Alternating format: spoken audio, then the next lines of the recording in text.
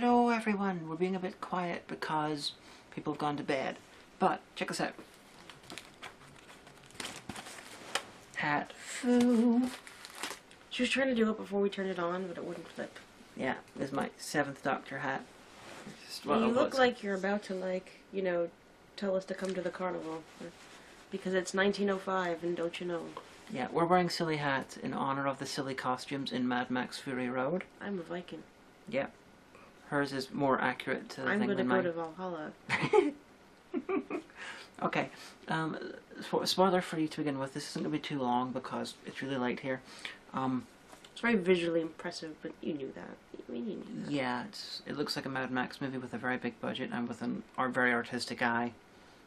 So it is what it looks like. Yeah. I believe the hype. I believe I said that for Pacific Rim as well, but believe the hype. Not perfect, nearly. It was very exciting. And I know that sounds like I'm damning with faint praise, but when I was little, okay, not little, but when I was younger, I saw Terminator 2. And it was on cable, so it must have been, it must have started sometime around, maybe 11 or 12.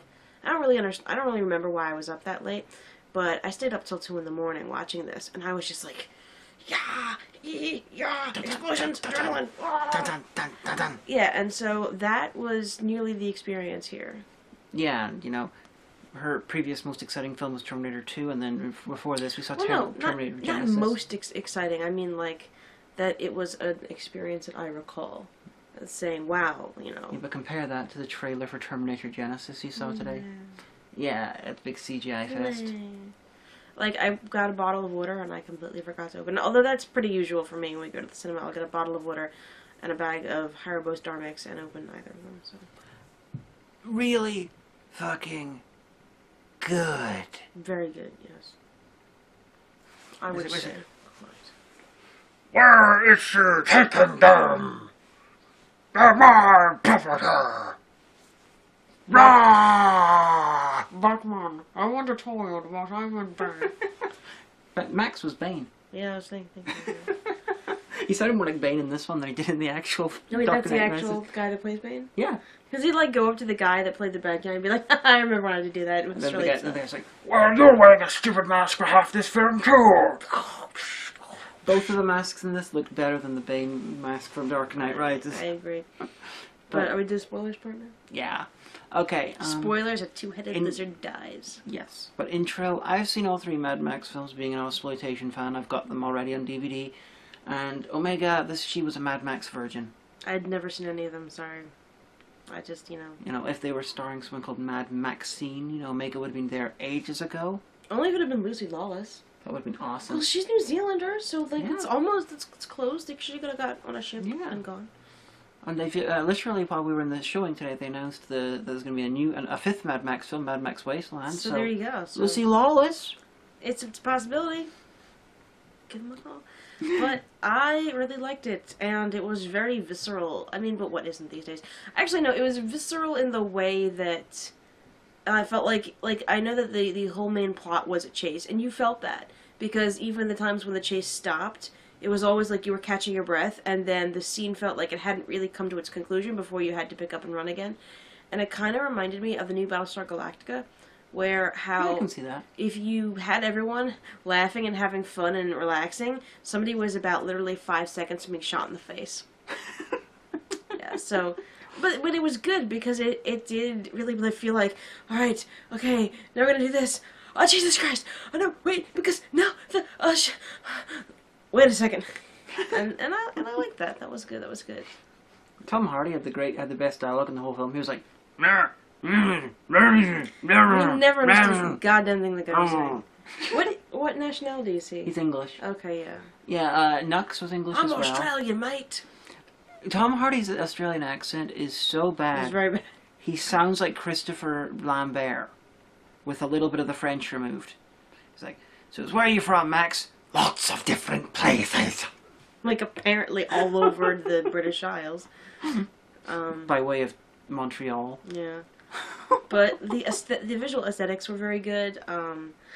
Basically, the subtitle for this didn't have to be Fury Road. It could have been Things Fall Apart. Because we learned a lot about the tensile strength of metal. Well, Everything explodes. you were more of a fan of the actual look than I was, because it was fine.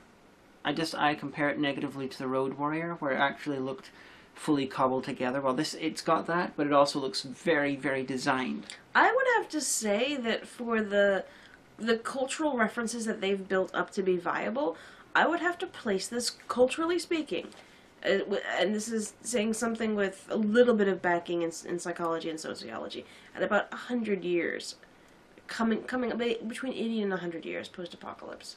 It doesn't fit in the timeline. Yeah. Because the Mad Max films... Okay, because I'm coming from the position that this is in the same continuity as the Mel Gibson ones. I believe they're being a bit cagey about that in the actual thing. They're not 100%... They haven't told us. It was originally scripted for Mel. So I'm putting this one... I don't know if it's between 1 and 2, 2 and 3, or 3, or after 3. That's hard to work out, because none of them quite fit. But Yeah, because otherwise that drags us into the sinful trope of the apocalypse was yesterday and I'm already accountable. yeah. Which is a trope that I just made up. I'm Yeah. sure there's an actual... Al- If you want to write the show, I'm sure there's a TV trope for this. Although there was about 5 to 10 years between Mad Max 1 and 2, and it went from brink of collapse to everyone's running around looking like leather daddies with stud masks. So Society doesn't work that way. it's a little bit but Mad Max already did that. Yeah. But then the third one is set, like, I believe 25 years or 20 years after the first Well, one. I like that they're suffering And it's more- they're suffering from fallout, Yeah. because there was actually in Chemical Fleetwoods, which I have talked about before. Go read it; it's a classic. One of the first of one of the most defining books of the post-apocalyptic genre back in the 50s, when we were really realizing, gee, nuclear annihilation could be a pretty possible thing.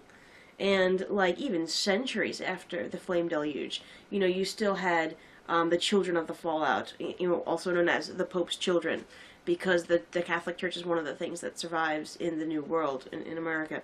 And one of the decrees is against infanticide, that you should not kill these sports or these children of the fallout, because they are all the Pope's children.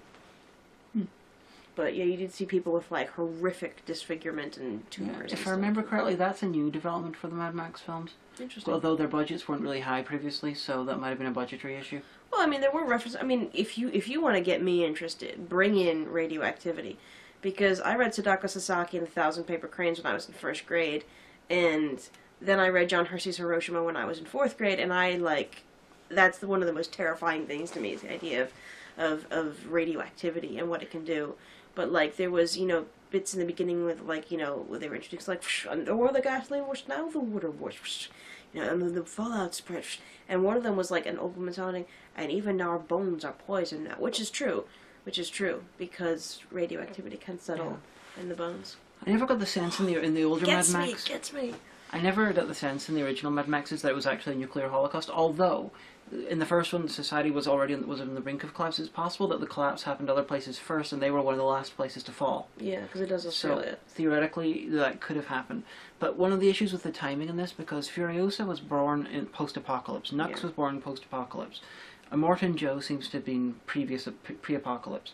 Max, though, he would have had to see the fall because of the events of Mad Max. So Max should really be about 20 years older. And that's what throws everything off. Yeah, because Nux and thing, they're adults. Although and they were your mom born. had a good idea. Because I saw it with my mum for her birthday present. That maybe this Max was an orphan that the original Max picked up, and we know that he's got some mental problems because he suffers from delusions throughout the entirety of the film. So it could have been that he basically imprinted previous Max's life story. And that, that's possible. That's very Six String Samurai. Mm-hmm. That's what happens basically. I really dislike that movie. But I like it. I watched it sitting next to a guy who I already disliked, who basically spent the entirety see, isn't this so great? Oh, this is the great part. Oh, I'm having literal orgasms there on the couch. And I'm like, oh, why? I will review it at some point. See, that's when you can use that wonderful phrase the Irish have of, oh, why? It can do so much for you. But the aging issue, you got that problem where he should be 20 years older if it is this original Max. But if it's set before Thunderdome, or not beyond Thunderdome, it's Nux and Furiosa would be way too young because they were born post-Fall, which would put it after original Mad Max, so the timeline is a bit murky. This would be so much easier if they just got Mel Gibson, and, not a slight against Tom Hardy, because he's very entertaining, and he's fine, but it's not often that I say I would prefer the film to have more Mel Gibson. Mel should have played Max. This was written for Mel. But he's just so... Don't give him money, don't give him attention, just... Well, it would have made everything fit perfectly. Could we not find a Mel Gibson impersonator? I'm really serious. Or they should have cast someone who's older than Hardy. Old and grizzled, but still awesome. Yeah. Like Kurt Russell. Yeah. Just he was too young. Because even in this... At least it wasn't Channing Tatum. Yeah. Even in this he says that he was a police officer. You wouldn't have police officers after the Fall. If you're there in the area yours has collapsed. So even that doesn't work. I was trying to figure out where in Australia they were. Because I was thinking, the whole time, wow, the people in Sydney are probably sitting pretty, ain't they? Yeah. Well, all of them are set, on the verge of or in the outback. Oh, one issue with this film. I counted one Aboriginal person. Yeah. And it was just a flash in the beginning. And... maybe I'm wrong about this. If any of you guys are Australian, you need to correct me on this, but I would have thought that out of all the people who live in Australia, the ones who would be best suited and most experienced with living in the outback after a collapse of civilization would be the fucking Aborigines. Well, that's why you didn't see them. They've all buggered off. They have their own oases. They're like, we're not going to die of radiation poisoning. We're too smart. We don't need motorcycles and stuff. We've got, horses and camels. Because aren't there, a huge population of camels in Australia? Huge. Yeah, they buggered off. So, on the off chance that George Miller sees this, hello, you do good work. They're on the North Coast. If hello, you do good work, but have a collection of Aboriginals turn up who are not fucking nuts. It was just great. Like they maybe haven't noticed because they didn't see white people for decades at a time, and suddenly it's like, oh, everything else has collapsed, has it? Sucks to be you. Well, there was a short story called a Bedouin tribesperson's view of the apocalypse or something like that. Where it's basically this shepherd boy and his people. They see some people come by and nail down signs and barbed wire, and they're like, that's not going to last long, and the desert winds and sand take them away. Like, huh. And then, they notice things changing, and then one day they look, what's those strange clouds in the distance? And they're describing mushroom clouds. And cool. Interesting.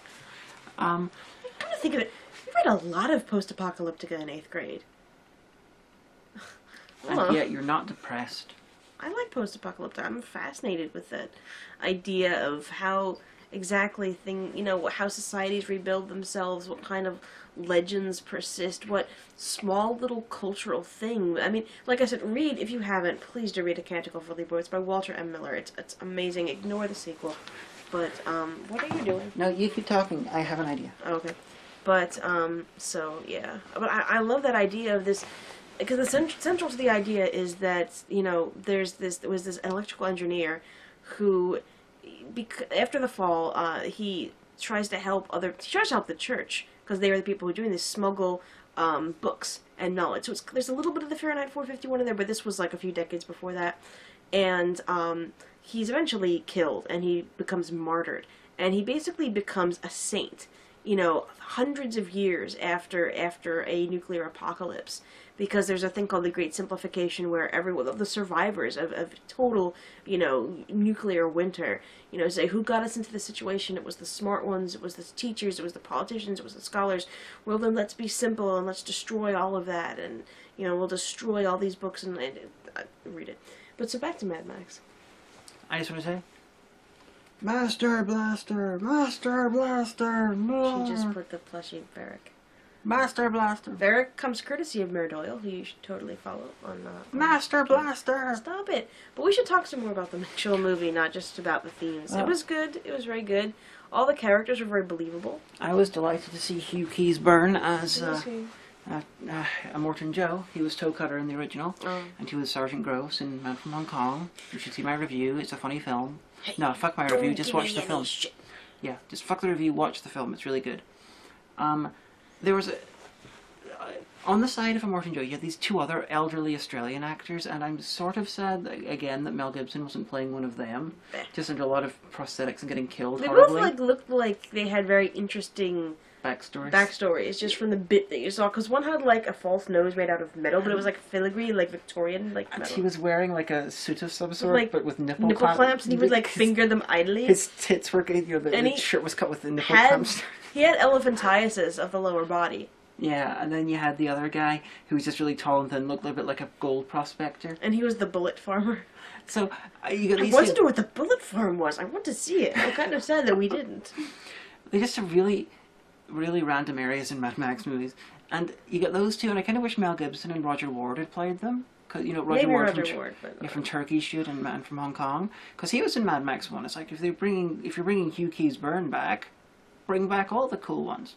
And there was just all these moments of like, almost like art house-ness. Yeah. Because there's this part where they like end up in this swamp, and then all of a sudden there are these, I guess you could just describe them as rag pickers, but they're like on all fours, kind of stilts. Yeah. And they look like those things from the Black Crystal. The Landstriders. And she audibly goes, "What the fuck?" And I said, yeah, the audio was low. No, everyone was quiet, and then did we see these things just into this blue light? They're just driving, near passengers. Look out the side, and these things are climbing, picking up stuff. And I was just like, "What the fuck?"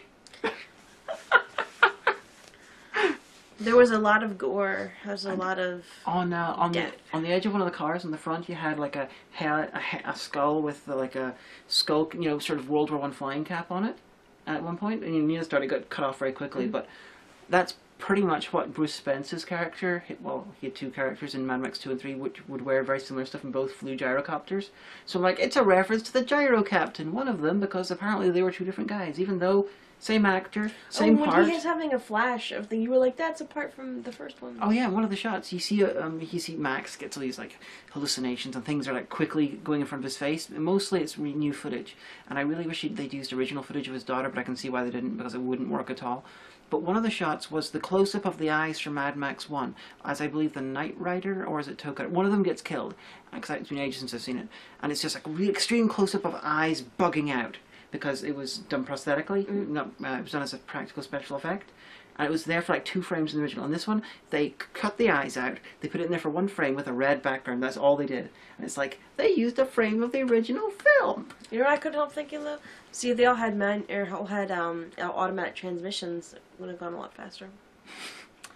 Just saying, have to shift. There was parts I noticed where they had actually cut, frames out of the shots. For instance, okay, here's a trick. Guessing some of you already know this trick, but I don't think you do. If you punch someone in a film, like that, if you cut out the frames just before and just after and the actual impact, you cut those 2 frames out, so that it goes straight from approaching to like that. Oh, that's like it goes like time to stop for a second. No, this is the opposite. It basically means that it looks like the punch is much more violent than it was, because your character jumps from there to there. So it's like instant going back. Oh, that's neat. We should do that. I have experimented it. I never quite made it work. You got to do it in incredibly close up, quick cuts. You got to do it right, otherwise it looks terrible. I've tried in editing, but the first time I ever come across that, ironically, it was in listening to the director's commentary for Braveheart. Oh. With Mel Gibson, the director, who is an absolutely brilliant guy to listen to a commentary by, because he remembers the name of absolutely everyone who works on the film, except if they're an actor. It's brilliant. He's like, well, this shot was edited and lit by my friend Ernie. He's a really, really good guy. And this one was catered by Stan. He does really nice fish fingers. Oh, that one. One of the technical guys in there was called Stan. His daughter had a communion during this thing. He remembers everything about the Stop making him seem like a nice person. No, he does all that. But then the actors, and he's like, he was a Jew. No, you can't say that. Oh no, it's more like, he was talking about Patrick McGowan, I believe it was. He's like, you see him, that guy on screen? He was great, The Prisoner. He's awesome. He cannot remember the name of any actor. He's like, that guy playing William Wallace? He's a bit shit. That was you. He can't remember actors, but he remembers technicians. It's weird. I keep looking off screen because the black kitten was sitting on the computer chair, and I have my electric heating thing, and I put it on the lowest level. And so she's like all spread out, like blissed out, like, oh, I love it. Can you pick it up and get a shot of that? Or will it mess everything up? Is it on screen? Yeah, kind of. a Dutch angle. She's just like, oh, I love life. Oh, life is great. Well, now you moved, so now I'm looking. Alright, that's not bad. But yeah, some more about Mad Max. Yep. I kind of wish. I hope this brings in a renaissance of Ozsploitation, because Ozsploitation was really big in the late 70s to mid 80s, and I really hope it brings a renaissance in that. Not so much of the love letters to old exploitation films, but more of that type of filmmaking done in original ways. You know, like, I love bitch slap and all, but it would be nice to see new ones like that. Well, So, it was a really solid action movie. I mean, I'm hoping it brings that sort of aesthetic and stuff back, that way of filmmaking, because, you know, this cost $150 million, and Jesus. and someone please give a budget, maybe not that big, but at least a decent size, to Brian Trenchard Smith. Let him run around and shoot people. Yeah, it would be really cool. That's what I'm hoping it'll bring in a renaissance, and it is nice to see an action film that keeps the that treats CGI the way it should be treated, Used sparingly. used sparingly as a last resort. Mm. You know, because that's how it was I invented. want to know how many people ended up getting minorly or majorly injured in the filming of Well, this. apparently very few. Wow, really? Yeah, because it's one of the comments that George Miller, he's actually a doctor. Oh. He was trained as What a does doctor. he not do? Well, he financed his first film, Mad Max, via doing a lot of overtime as a doctor. That's pretty cool. Yeah, and I believe he still got his license, so... Stop, everybody. You okay, Joe? Oh, yeah, that's fine. But I saw one article which said that, you know, George Miller really held on to his Hippocratic oath by not letting anyone get hurt during the making of his film. But having said that, the stuntmen are all fucking nuts. Oh my god, like, some of the stunts were just really amazing. This is the most intense sort of crazy stunts I've seen this side of, like, a Thai action film. Or an Indonesian action film. You know, the ones where health and safety doesn't exist. Like, things were just exploding. Oh, the cat managed to open the door by herself. You know, a film that's got 14 odd years of pre-production. There's articles explaining this film was going to come out as far back as like 2002. Wow. Yeah. And I believe he had the original idea, in somewhere like 1996. Jesus. I mean... How often... I hope it makes a shit ton of money. And don't believe what you've heard. It's not... I don't want to say it's not a feminist film. It is. But, like... It is. Very much. I mean, yeah, but it's not, like... bad. Why would feminist equal No, bad? no, that's not what I mean. It's not like... It's not like... Alright, you know Captain Planet? Mm-hmm. I hated watching Captain Planet when I was little because I felt that it was beating you over the head with something you already understood. It's the same like that there's a show, and I never watched it, but we carried all the merchandise at Barnes & Noble. I forget what it's called, but it's like, there's a girl with the pink hairs in it that everybody was always like wanting to get with, even though she was like a child actor. And like, the bad guy wanted everybody to eat sweets and like not exercise, and the good guy... Rainbow Bright? No, Strawberry Shortcake? No, this was not from the 80s. This was like recently. If you know, right, the show. Adventure Like Time? Lazy Town, that's what it is. Oh. And like the good guy was like Mr. like Captain America of like working out, but the bad guy wanted you to eat sweets and get fat and watch television, and I just resented the whole thing because I'm like, it's heavy-handed, you know. It feels like being like, you know, hit with like, I don't know, a lot of things that set out to have a message feel like it's just pandering and stupid and hitting you over the head You're with... describing the difference between something that the message is a side thing, or the ones which started out with the intention of having a message. This is very similar to the difference between a Christian film or film by Christians with Christian themes, say Narnia, whatever, and Christiansploitation. Christiansploitation starts off with the message. Well, it's just like, it's like how I don't like romantic comedies, but I like a movie... I don't mind if there's a romance in the background of like the plot, like Practical Magic, you know, or The Englishman that went up a hill but came down a mountain, because the romance is there, but it's not the point. The point is the things that are happening, and it's a side thing. And I like romantic comedies because that's the whole fucking point, and everything else is just ancillary to that. I would say Fury Road is definitely a feminist film. So if somebody that's smarter than me understands what I'm trying to say, comment below. It's definitely a feminist film, but it's not designed to be a feminist film. It's just there. Like, it's even unsubtle in parts, because you got this, the daubed on the walls of the woman's place whenever after they leave. Mm-hmm. It's like, who killed the world? This is said a bunch of times. Who killed the world? It's yelled at Nux, who killed the world? Yeah. The implication is men killed the world and women hold seeds which are going to bring it back to life. Oh, I didn't get you. That it's there. Well, it's kind of like there could be women politicians that fucked up. Well, yeah, but the idea know. plus all of the bad guys Mm-hmm. are men. Most of everybody Yeah. is men. Yeah, but all the women are good guys. 2 men are good guys. Yeah, that's true. That's true. It's definitely a feminist film, but it's not like George Miller sat out and was all like, I'm going to make a feminist film. Oh, they do this thing that when they think they're about to die and go to Valhalla, they spray chrome on their mouths. That's great. I love it. Because they make him look like a Morton Joe. Yeah. But it's not like the guy sat down to make a feminist film. He came up with his storyline, and he either knowingly or unknowingly put these ideas into it, which is fine. There's no point, there's no problem with it. But he also hired the writer of the Vagina Monologues to work on the script, to be an advisor. That's cool. Because she had experience talking to people who've been sex slaves, and he wanted to make sure that was treated well. And it's like, good on ya. But there's a lot of good here. It was really good. It was very aesthetically amazing. I mean, the Mary Sue called it a visual orgasm, and then that's very true. It is okay. I mean, like you don't need us to say go see because you didn't watch the vlog to hear us say go see it. You watch the vlog just to hear us say. Yeah, for us So to be why all. did you watch this vlog? Why aren't you watching Mad Max right now? Yeah. I mean, I'm sure that. I mean, I know that like you'll be watching like Brad talk about it. Brad Jones, and I thought this was wonderful. Hi, Brad. Hi. I always look like I'm smiling. This is my Brad Jones impersonation. Oh, there was something I was going to mention. I have totally forgotten what it is. It was going to be really important too. Feminism, No, we finished that. trucks, petrol. Oh God, it was really important too.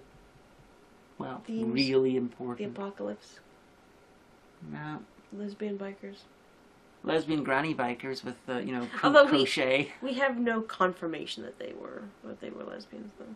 Well, yeah, I never got lesbianism from them. No, Although it's got old granniness from but them. they were awesome. Oh dear, I'm gonna shoot him right in the medulla.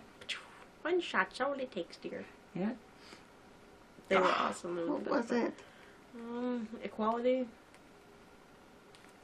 No, it Bullet. wasn't about that. forming. Charlize Theron kicked a lot of ass in this film. Yeah. She was like, I am so hardcore. You have no fucking idea. Yeah, Nicholas Hoult is all like, I'm not even really trying with an Australian accent either. Also, in After the Apocalypse, everybody is the same blood type. No, Max they said he was a universal donor. His type of blood could be used for anyone. There is a type of blood. Oh, I didn't know they blood typed them. I thought they just hooked them up to see what would happen. Yeah, and that then they were sort of tattooing him at the start. Oh, I wasn't really sure what was going on with that. They were tattooing with the type of blood type he had, and they said he was a universal donor. How do they have the technology to find out your fucking blood I type? don't know. It's like those things from Divergent.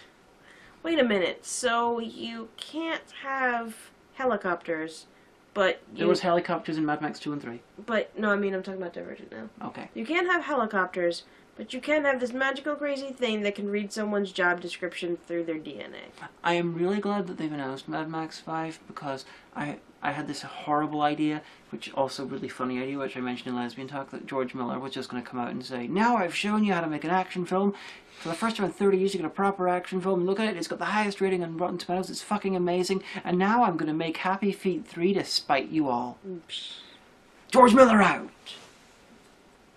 Where are you going? It's an impersonation of him. He's like, he drops the mic and he goes, I'm out. Oh, okay. But yeah, I mean, it was really, really good. I mean, we paid to see it through part of this deal. We also got a meal at the restaurant. So, I mean, I can't say it was worth my money because I'm not really sure how much of my money paid for the ticket. But, I mean... £8 for the film, £12 for a 2-course meal. Fair enough. Garlic bread was good. But you should have garlic bread. But go see it. I mean, you see it more than once. I know there's at least one person on my Twitter that's on it like 4 times. We might go see it again. You know who it is because you follow them too. Which one? Lindsay. Oh, At least she said she's seen it 1,000,000 times already. I didn't know She she'd could have seen been. it. She could have been lying. Yeah, she was talking. She's about saying it the that other she was going to see it again tonight, but Game of Thrones was on, so That it was last saved her. Oh, okay. Yeah, well, no, because I was sitting in waiting for my takeaway yesterday. I was reading Twitter, and she was like, "At least I am not seeing Mad Max for the how manyth time as a Game of Thrones." And I'm like, "That's it. That's the spirit." And we might go see it tomorrow because a whole bunch of my friends from uni want to go, and we were already seeing it tonight. So we said, "Well, if we want to see it again, we'll let you know." Yeah. We probably will. But we should. Because it's half price at the Strand. Yeah, but let's wrap this up.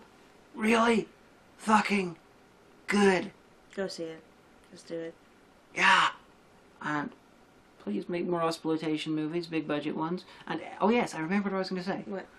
This might sound a bit harsh, but if you saw Fast and the Furious fucking 7 and you're the ones who helped it make about $1 billion, and you don't go to see Mad Max, go fuck yourself. Shame on you. Shame on you. Fast and the Furious 7. Downshifting.